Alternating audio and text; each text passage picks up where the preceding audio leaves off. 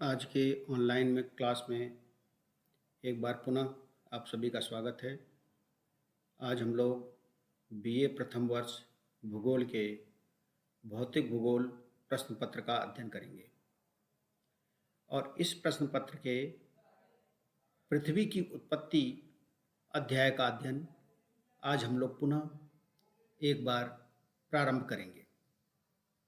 पिछले दिनों हम लोगों ने पृथ्वी की उत्पत्ति से संबंधित ज्वारीय सिद्धांत के अंतर्गत चैम्बरलेन व मोल्टन की ग्रहाणु परिकल्पना की व्याख्या की थी और हम लोगों ने यह देखा था कि भले ही रोचक एवं सरल सुबोध संकल्पना चैम्बरलेन एवं मोल्टन महोदय ने प्रस्तुत की थी, लेकिन आलोचनाओं की जब बात आई तो वो आलोचनाओं को वह संकल्पना पूर्ण नहीं कर पाई, अनेक दोषों से युक्त हो गई और उसे बाद में अमान्य करार कर दिया गया।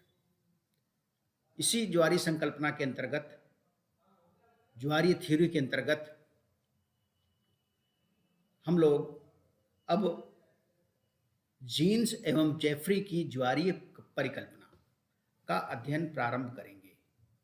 पृथ्वी की उत्पत्ति से संबंधित जीन्स एवं जेफरी की ज्वारीय परिकल्पना का अध्ययन प्रारंभ करेंगे।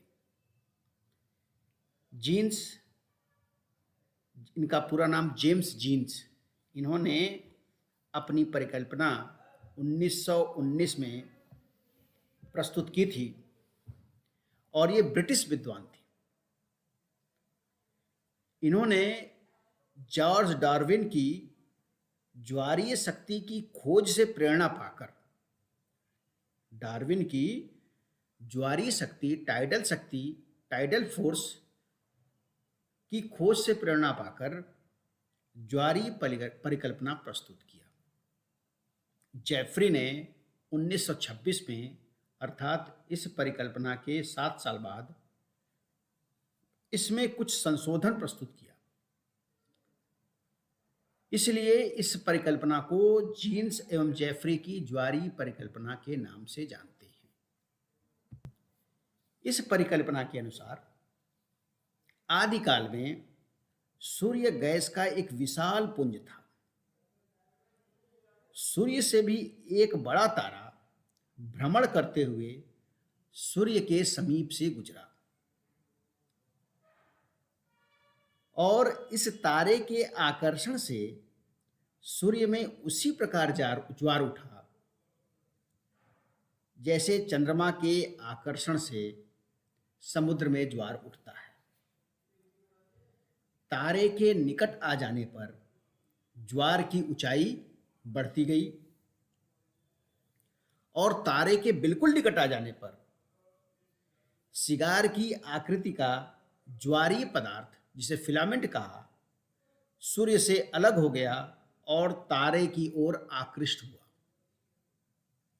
इसे हम लोग चित्र के माध्यम से भी देखेंगे।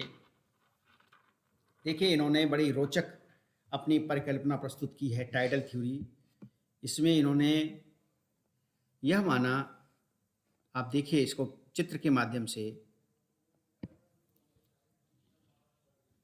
ये सूर्य, इसमें हल्का उभार हुआ और ये सूर्य की ऑर्बिट, और यहां से नजदीक से एक पुच्छल तारा, एक तारा निकला और गुजरा। एक बहुत बड़ा तारा था यह, सूर्य के ऑर्बिट से निकट ही सूर्य के समीप से होकर गुजरा और समीप से गुजरने से इस सूर्य में थोड़ा और उभार हुआ। इसमें उभार थोड़ा और हुआ। यहाँ देखिए दिखाया गया है, दिखाने की कोशिश किया गया है, इस तारे के आकर्षण से थोड़ा उभार इसमें और आ गया और पुनः एक और करीब आने पर सूर्य से एक फिलामेंट टाइप का एक आकृति सी बन गई। ये तारे का है, ये तारे का मार्ग है। और फिर पुनः देखेंगे आप इसमें से सूर्य से एक फिलामेंट अलग ही हो गया। ये सूर्य का मार्ग है, यहाँ पे सूर्य का मार्ग ये है, और यहाँ तारा है, ये तारे का मार्ग है। और फिर एक फिलामेंट अलग हो गया और तारे की ओर आकर्षित हो गया। ये देखिए यहाँ पे यह फिलामेंट सूर्य से निकला हुआ तारे की ओर आकर्षित हो गया। आप इसको क्रम से देखिए, ये सूर्य है, सूर्य के पास जैसे इन्होंने सूर्य में माना, सूर्य गैस का एक विशाल पुंज था और सूर्य से भी एक बड़ा तारा सूर्य के समीप से निकला और इसके आकर्षण से सूर्य में एक ज्वार उठा। देखो इस ज्वार को यहाँ पे कई क्रम में दिखाया गया है। यहाँ देखिए, यहाँ थोड़ा बड़ा दिखाया गया है इस ज्वार को, और नज़दीक आने पर थोड़ा बड़ा दिखा है, और फिर और बड़ा दिखा, लगभग सिगार की आकृति का हो गया, और फिर इस वाले चित्र में आपको दिखाया गया यह फिलामेंट ही अलग हो गया, ये सूर्य से बिल्कुल अलग हो गया।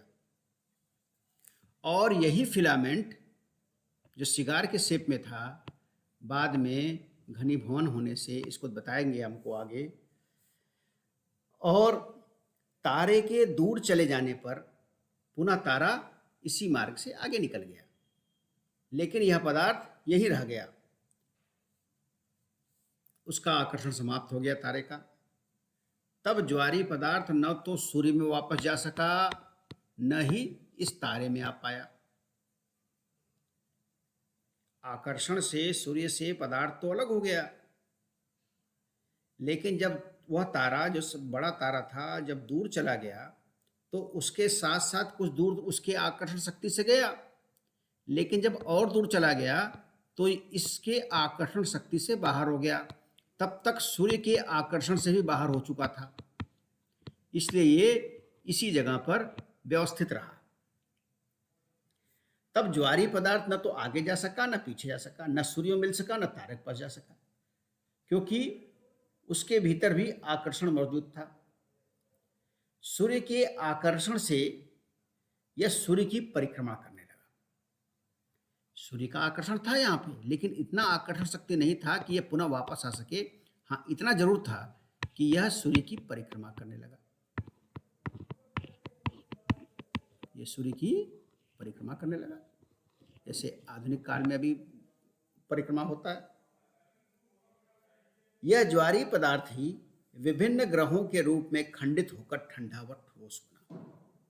बाद में यह ठंडा होकर ठोस बन गया और 9 ग्रह बन गए, क्योंकि उसमें 9 ग्रह थे।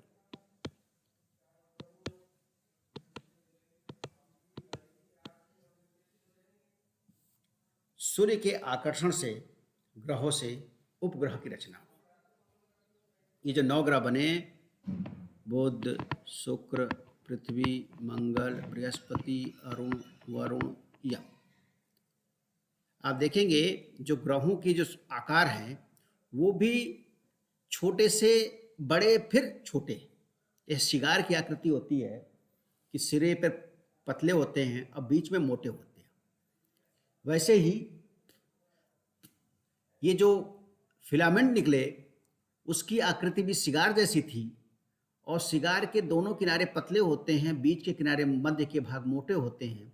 तो बड़े ग्रह बीच में बृहस्पति, शनि, और छोटे ग्रह बुध हो, शुक्र हो, पृथ्वी हो, मंगल हो, और फिर बाद में देखिए अरुण, वरुण, यम हो, ये छोटे छोटे, ये दोनों किनारे पर।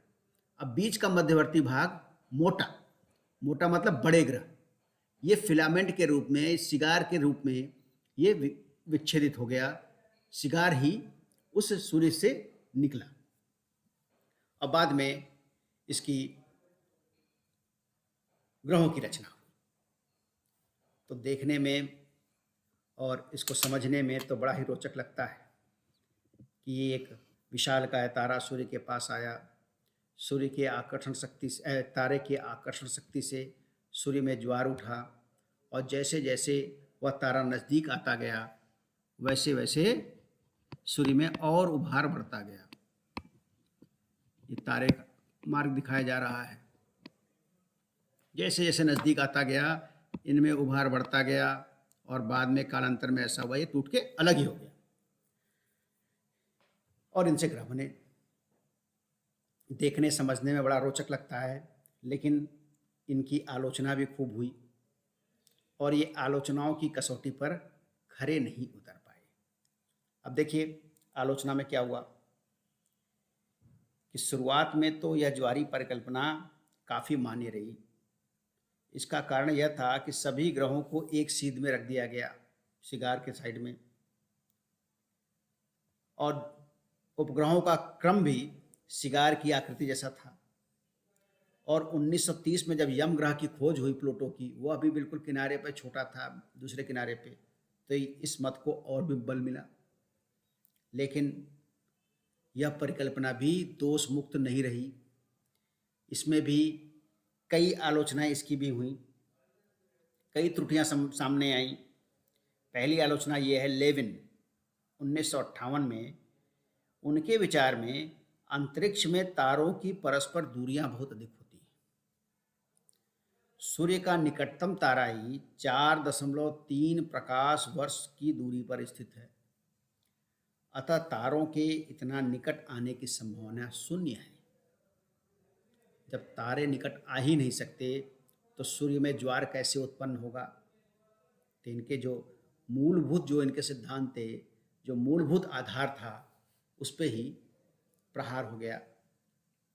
दूसरी आलोचना रसल ने उठाई कि ग्रहों के मध्य की दूरियों तथा सौर परिवार के विस्तृत फैलाव की व्याख्या करने में यह सिद्धांत पूर्णतः असमर्थ है। पेरिस्की ने भी कहा, इस सिद्धांत द्वारा सूर्य व ग्रहों के मध्य की दूरियों को प्रमाणित नहीं किया जा सकता। तीसरा, सूर्य की सतह पर ज्वार तभी उत्पन्न हो सकता है जब उसके आंतरिक भाग से उष्ण पदार्थ निष्कासित हो। तभी ज्वार उत्पन्न होगा जब सूर्य के आंतरिक भाग से उष्ण पदार्थ निष्कासित हो।